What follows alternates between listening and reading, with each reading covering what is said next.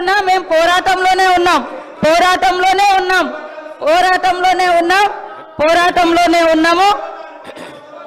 1200 మందిని ఓకే 1200 మంది అని ఆ రోజు కేసీఆర్ అని ఆయన అధికారానికి వచ్చినాక మళ్ళీ 400 మంది కుదించారు కనీసం మీరైనా ఇవ్వలేదు ఎక్కడ ఉన్నామనేది అంటే మేము ఎక్కడున్నాం ప్రజలలో ఉన్నాం పోరాటంలో ఉన్నాం తెలంగాణ ఉద్యమంలో నేను కూడా జైలు వేసిన 7 రోజులు ములుగు కేంద్రంగా నిరాహార దీక్ష కూడా చేసినాం నేను అనేది సరే అదే ఓకే తెలంగాణ వచ్చిన తర్వాత కూడా తెలంగాణను కించపరిచే అవసరం అంటున్నా ఓకే మేము ఎక్కడున్నామని ఓకే మేము ఎక్కడున్నామో ఈ రోజు అదే పార్టీతో మీరు అంటగలుగుతున్నారు కదా మేము ఆ రోజున్న పార్టీతో ఈ రోజు మీరు అంటగలుగుతున్నారు కదా ఆ పార్టీ మీద డిపెండ్ అయ్యే ఇలా కేంద్రంలో మీ ప్రభుత్వం నడుస్తుంది కదా అని నేను అంటున్నా కాబట్టి నేను అనేది ఎస్ ఆ రోజైనా ఈ రోజైనా మా గొంతులు తెలంగాణ ప్రజల కోసం వినిపించినాం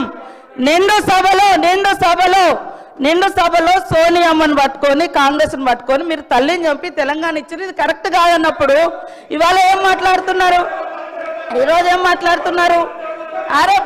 కాబట్టి అరే ఇవాళ రాజకీయాలలో వేరే రకం కేంద్రంలో పార్లమెంట్ వేదికగా మాట్లాడితే మీరు ఎందుకు మాట్లాడలేదు పార్లమెంట్ వేదికగా 10 ఏళ్లలో జాతీయ గీతం రాకుండా రాష్ట్రీయ గీతం రాకుండా మీరు ఎందుకు మాట్లాడలేదు కాబట్టి అరే ఇవాళ తెలంగాణ ఇవ్వడాన్ని మీరు వ్యతిరేకించారే తెలంగాణ ఇవ్వడాన్ని మీ మోడీ గారు వ్యతిరేకించారు తెలంగాణ ఇవ్వడాన్ని మీ మోడీ గారు వ్యతిరేకించారు కాబట్టి అధ్యక్ష కాంగ్రెస్ ప్రభుత్వం అధికారంలోకి వచ్చిన నాటి నుండి కాంగ్రెస్ ప్రభుత్వం అంటేనే మహిళల్ని గౌరవించే ప్రభుత్వం ఇందిరాగాంధీ గారి కాడ నుంచి ఈ రోజు మహిళలకు ఇచ్చేటువంటి సంక్షేమ పథకాలన్నీ కూడా మహిళలను ఏ సమాజం అయితే మహిళ అభివృద్ధి జరుగుతుందో ఆ సమాజం అభివృద్ధి చెందినట్టుగా ఏదైతే మనం కొనబద్ధంగా తీసుకుంటామో ఆ విషయాన్ని మరి డాక్టర్ బిఆర్ అంబేద్కర్ గారు చెప్పిన పద్ధతిలో ఈనాటి గవర్నమెంట్ కూడా మహిళల యొక్క సంక్షేమం కోసం మొదటి నుంచి లాస్ట్ ఇయర్ ఇదే డిసెంబర్ 9th రోజు ఇదే అసెంబ్లీ వేదికగా ఇదే అసెంబ్లీ పక్కన మరి ఉచితంగా బస్సు ప్రయాణాన్ని కూడా మనం మహిళలకు ప్రారంభించిన రోజు అధ్యక్ష ఈ రోజు వరకు 4,000 కోట్ల రూపాయలను ఉచిత బస్సు ప్రయాణానికి మనం ఖర్చు పెట్టడం జరిగింది ఈ సందర్భంగా 118 కోట్ల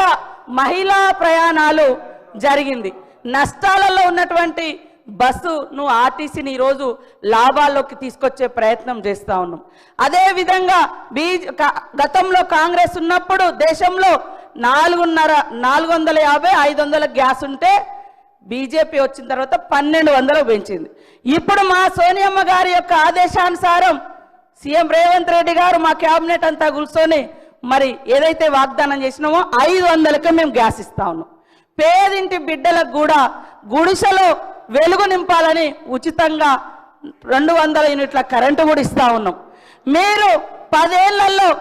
ఏళ్లలో రైతులకు రుణమాఫీ చేయలేదు తీసుకొస్తానన్నటువంటి బ్లాక్ మనీ తీసుకురాలేదు 2 కోట్ల ఉద్యోగాలు ఇవ్వలేదు ఇవన్నీ 11 ఏళ్ళైనా మీరు చేయలేదు 1 ఇయర్లో చేయలేదు అనడం ఎంతవరకు ఇదంతా మాట్లాడము ఎంతవరకు కరెక్ట్ సార్ కాబట్టి ఇది విగ్రహానికి సంబంధించినటువంటి సభ విగ్రహావిష్కరణ ఈరోజు జరుగుతున్నటువంటి సమావేశము సీఎం రేవంత్ రెడ్డి గారు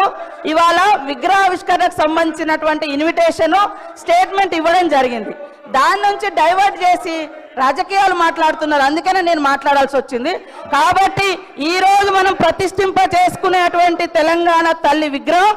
ప్రతి ఇంట్లో ఒక ఆడపడుచు విగ్రహం లాగా మాకు కనిపిస్తుంది కాబట్టి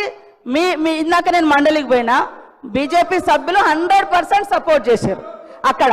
ఇక్కడ మాత్రం వీళ్ళు కావాలని రాజకీయం చేస్తున్నారు బీఆర్ఎస్ వాయిస్ బీజేపీ వాయిస్ ఒకటే అనేది స్పష్టమవుతుంది వాళ్ళు బయట చేస్తారు మీరు లోపల చేస్తారు అంతకంటే తేడా లేదు కాబట్టి ఈ విగ్రహాన్ని తెలంగాణ అస్తిత్వ విగ్రహం ఇది అందరూ సంతోషంగా ఈ సభలోకి రావాలి విగ్రహావిష్కరణ సభలోకి రావాలని కోరుతా ఉన్నాను